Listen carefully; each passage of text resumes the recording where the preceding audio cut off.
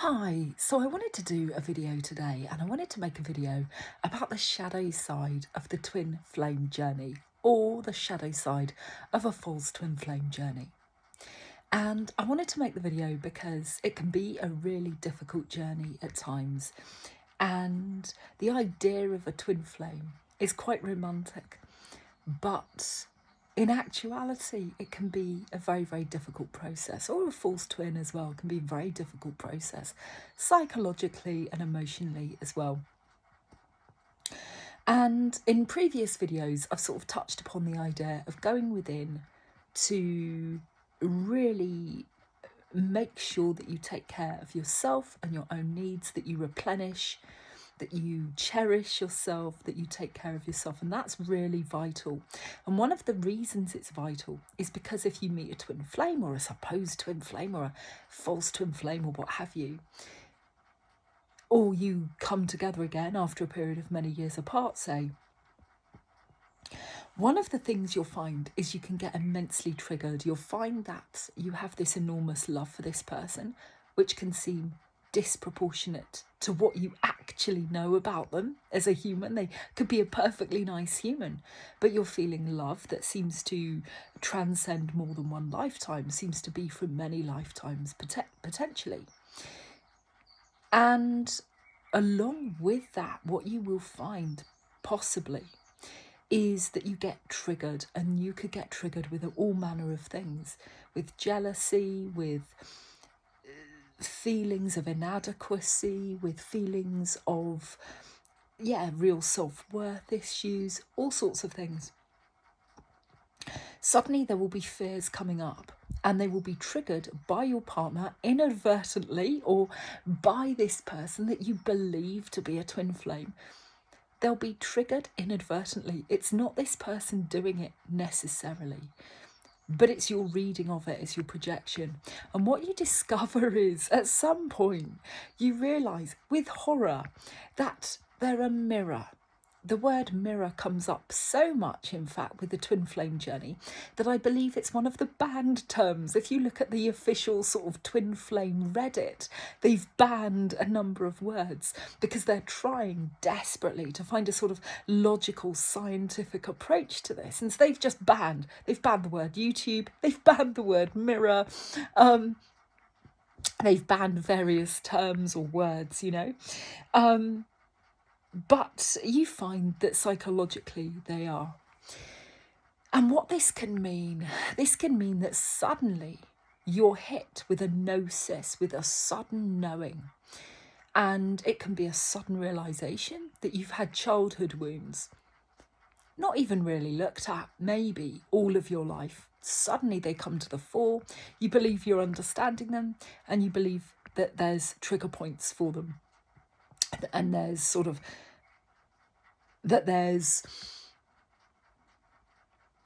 I don't know, wounding. Let's just say there's childhood wounding. And maybe you didn't even know. And especially if you had a really good childhood, right? We're so used to hearing about childhood trauma and things like this. But if you had a relatively decent childhood, and maybe you love your parents or your caregivers very, very much indeed, you might think, well, there's no problem there, I'm fine. But suddenly, a twin flame journey can do it. It can throw up these issues. It can confront you with things that you thought were relatively fine. And suddenly, you can see patterns of behaviour.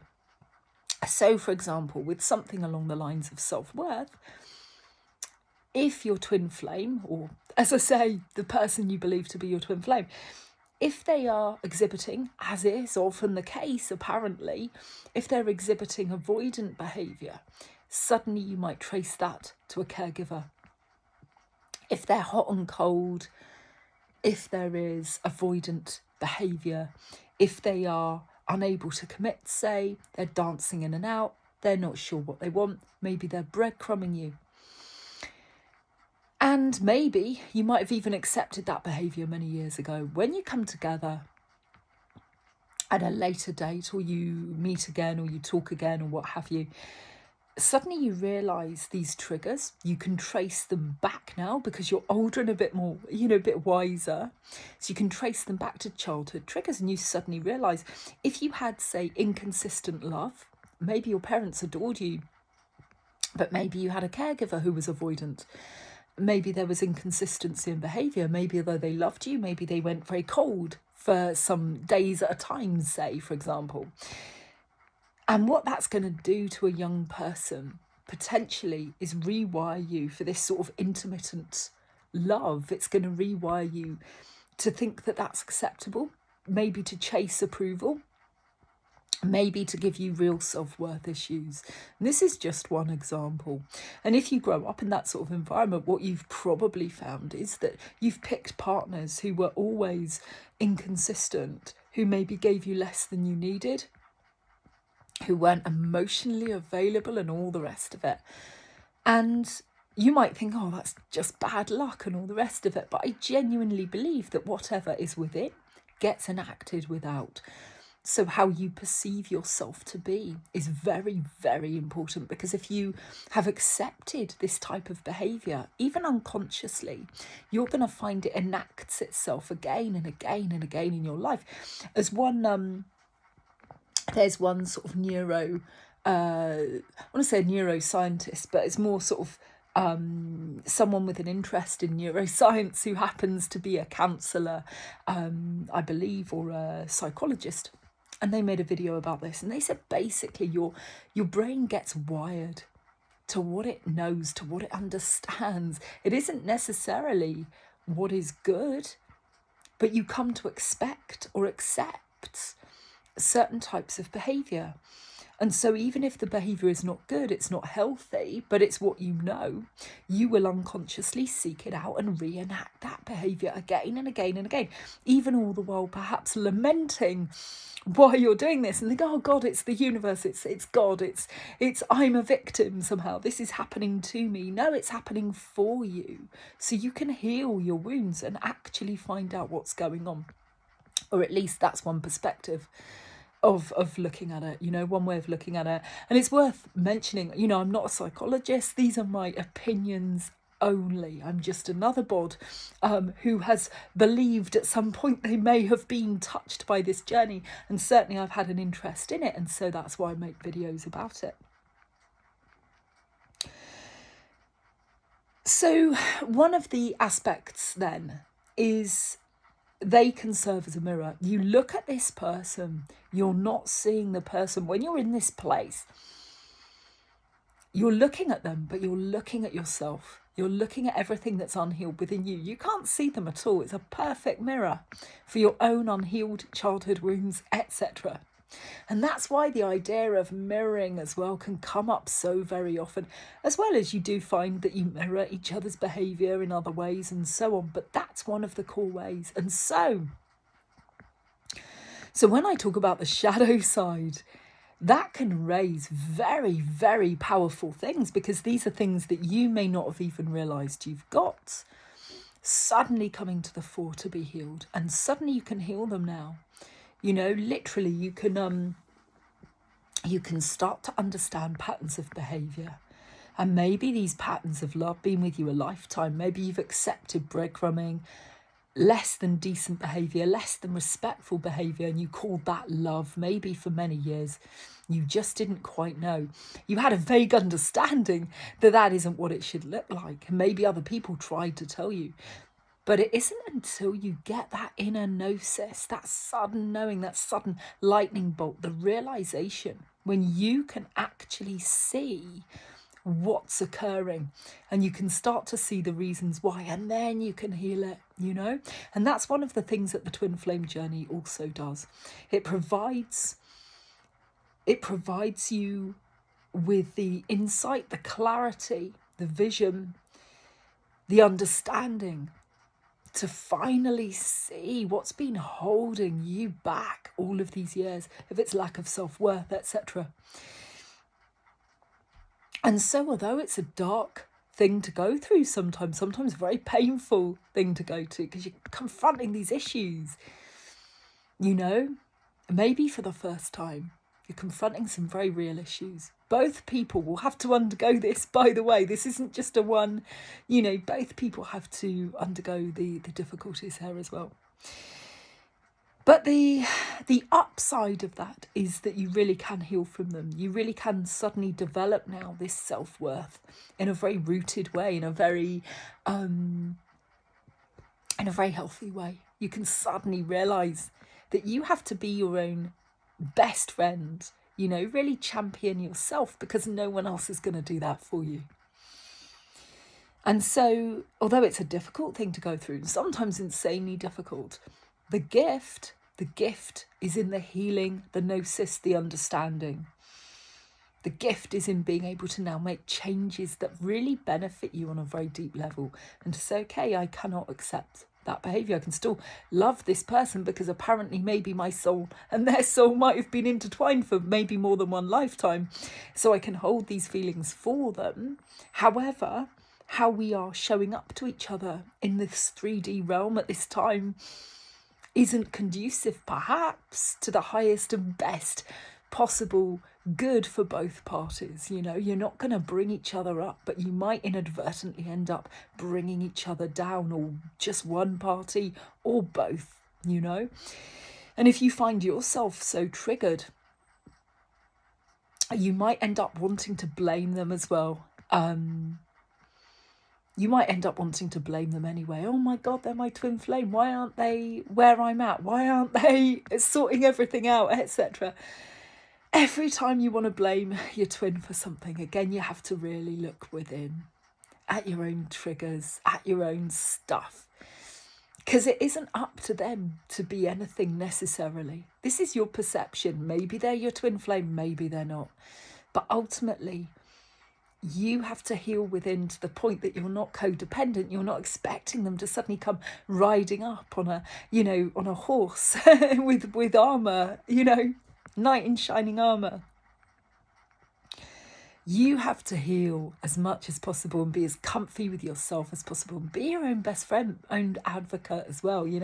If you have put up with bad behaviour from people, or just less than respectful, less than decent, less than what anyone should be having over the years, for example, and suddenly now you can see a root cause, well, then that's a really good result. Very difficult journey, but maybe you couldn't have learned it any other way, So there are hidden gifts in the darkness, but you have to go through the darkness. You can't just avoid it and push it away. If you're avoiding it and not looking at it, you're not learning.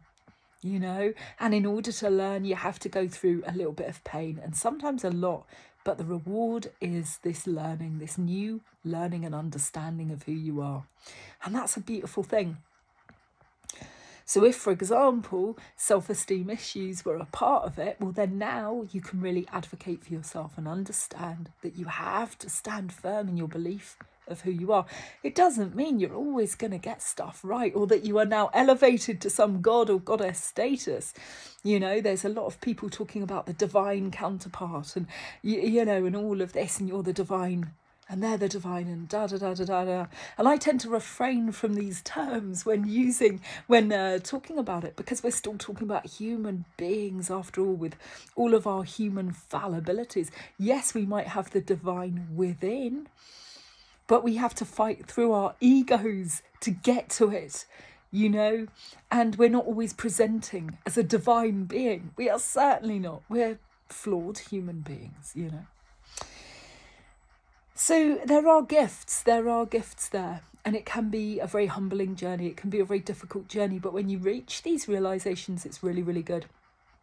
And your counterpart too, they will be having their own struggles potentially. Maybe they're suddenly filled with feelings that are very difficult to navigate. And again, whatever is triggering you, I believe, are the places we need to look at, not push away, but really examine and sit with and unpack and unpick and, get to the root cause of it, all the rest of it. And it doesn't necessarily mean you're going to be utterly, completely 100% healed. But it means you understand an awful lot more about yourself, about your triggers, about wounding, about maybe your expectations from other people, maybe about your fears, maybe about all sorts of things. Suddenly you can stand tall in the world, even though, yes, you make mistakes, yes, you're human, yes, you're fallible, but stand tall nonetheless in who you are. and have that respect for who you are and champion yourself. No one else is going to do it for you. No one else is going to look after your needs in the way that you want to, the projects that you love, the things that you love, the things that you want to do. You have to be an advocate for all of that. And one of the things as well can be people-pleasing tendencies. Both parties can suffer from this, putting other people up with their needs above yours and then going into some sort of martyrdom or victim mentality as a result. You have to sort out your own boundaries. You have to do it. You can do it with love. But if you're allowing other people to dictate your lives, that's a you problem, you know, it's not them. You have to navigate this world. And sometimes we have many duties to other people that we have to undertake, of course, but we still need to try to make time, schedule in that time to nourish ourselves, to cherish ourselves, so that we don't burn out, you know. If you want to be there for other people, well, then you must be there for yourself at a very core level. Otherwise, you will just be running on empty, running around, taking care of other people, a little bit martyred, a little bit wounded, a little bit stressed, maybe a little bit broken, you know. So if someone asked me what they thought the twin flame journey was all about, I'd probably say, I was thinking about this earlier today, and I was thinking I'd probably say it was something like if you ran full tilt into a wasp's nest and then maybe you fell into a vat of tar and then maybe got covered in feathers, and now you're covered in feathers and tar and wasps, and then maybe you're just going about your day-to-day life because you have to. So you still have to do your day-to-day things. But at its worst, it's kind of like that. It's like you're on fire. It's like you're being stung by 1,000 wasps. You're covered in tar. So you're moving along, but it's very slow progress. And you can't really see because you've got feathers all over yourself as well. So I was thinking that, you know, it's a decent enough analogy. It's as good as anything else. This is not a journey for the faint of heart. This is not a journey for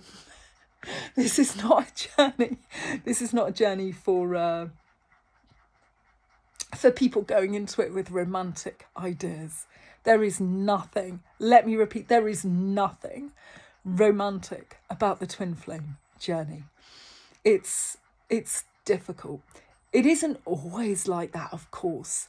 You know, in the early stages when you get activated, and what I would call activated is when you're getting your past life flashbacks, maybe you're getting your spiritual experiences, you can feel their energy, you're going into la la land a little bit, but at the same time you're having all these tumultuous feelings, you're having these feelings which feel too much for a human body to handle, so you're broken as well.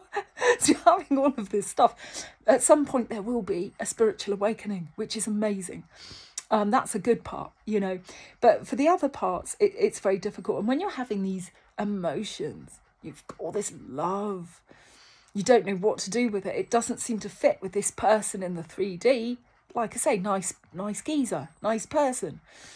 But you've got all of these feelings that seem insane. So you're trying to quantify it. And of course you can't quantify this with your logical mind only, which is why I believe the poor old people in charge of the official Twin Flame Reddit are probably going to just simply go round in circles, you know, and they do concede that there may be such a thing as a twin flame, but they don't really want to look at it in any way, shape or form with anything regards spirituality.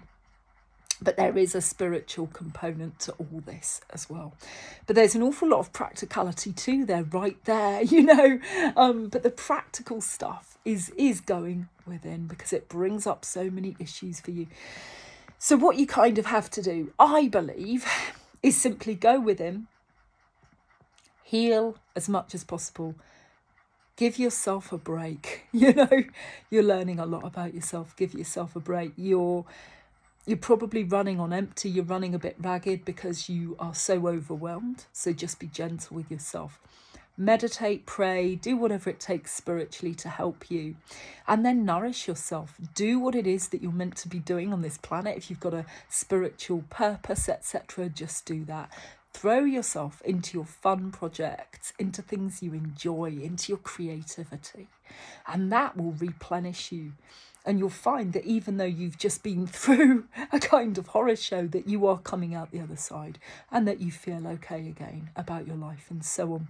The journey will sort of continue. It can continue in the background, maybe for some people for years again, maybe again it will reactivate in a further way down the line. But now you understand it a lot better.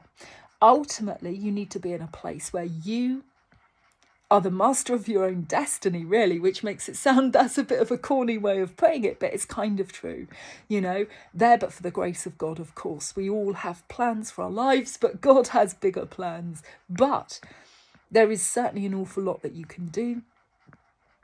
And you have to make sure as much as possible that you are as independent as possible and not codependent, and that you are not looking even unconsciously as much as you can, for other people to help sort of take care of you and such. And just really, really nourish the things that you love. Stand tall, have that self-confidence, even on the days where you don't get it right, where things don't quite add up, where things don't make sense. That's fine. That's just part of being human. That doesn't make you any less.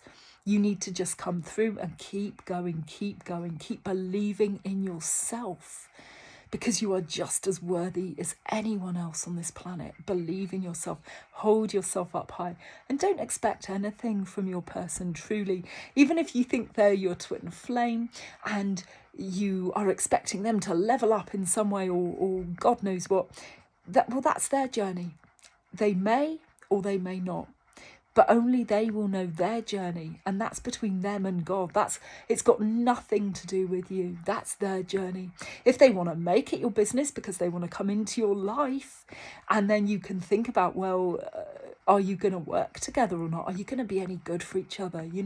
Well, then that's a different story. But up till now, as far as I can see, much of the journey is about leveling up, learning who you are.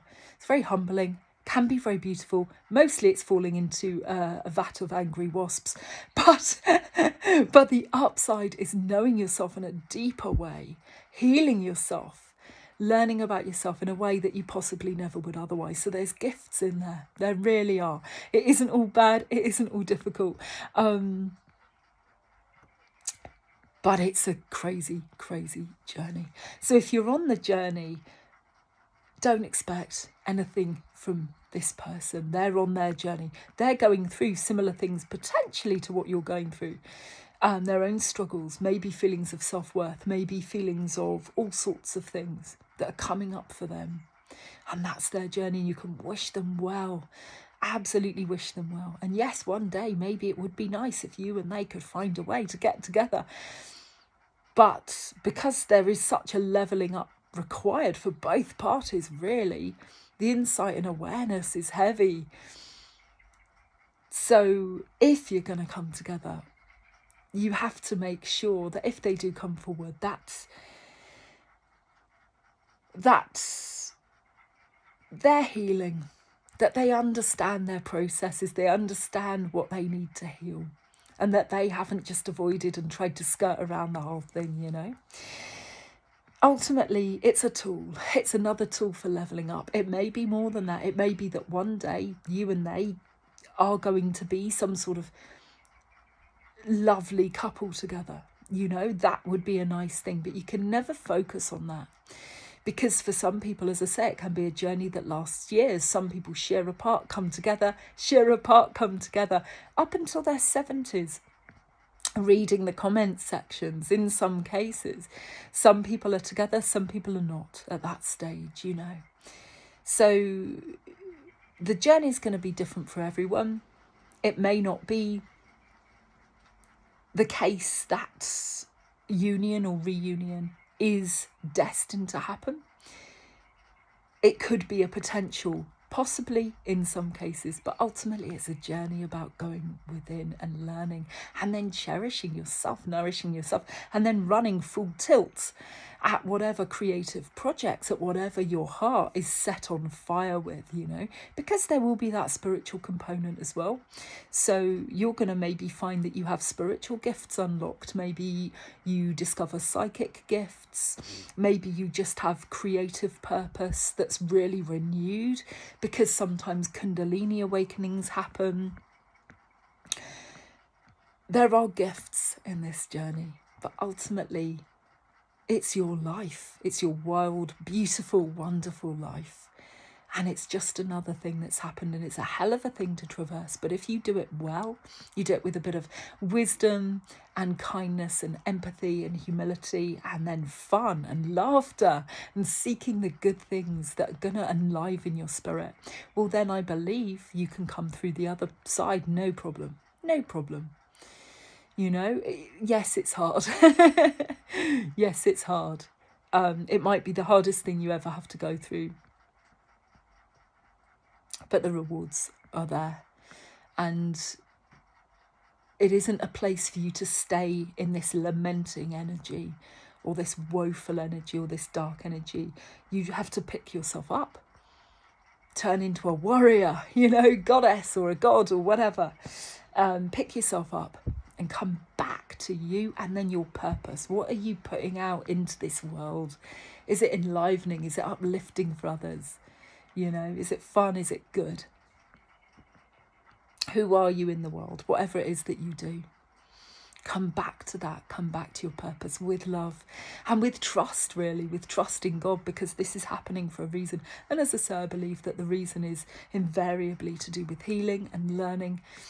And it's crazy journey. So yeah, that's my thoughts on the sort of the shadow side of things. So please don't be disheartened. It can be difficult, absolutely, but it isn't designed to keep you down. It's designed to empower you to grow into a stronger version of yourself than perhaps you ever thought possible. So with that in mind, I hope you're okay. Hope you're doing well. If you are on this journey and you're struggling, you are not alone. There's a plethora of videos on YouTube. There's Reddit threads. There's all sorts of info about it online. Please don't be disheartened. If you're going through a dark night of the soul, that's a part of it as well. You will come through that. You might feel like you never will, but you will. I did. I came through it, and then I'm now at a point where I feel like I'm grateful. I'm grateful for that dark night of the soul because of what it's helped teach me. And I wouldn't have thought that I would be in a position to say that either. There is a spiritual awakening, as I say. There are gifts in this journey. And then you can just get on with your life and it's all good, So I hope you're well. Take care. There are many, many videos, etc. out there designed to help you if you're struggling, if you're a bit lost, etc. Please do reach out, talk to people, talk to your friends. Know that you're not alone, and know that you will come through this. You can come through this, So yeah, take care, and hope you have a lovely weekend. Take care. God bless. Bye.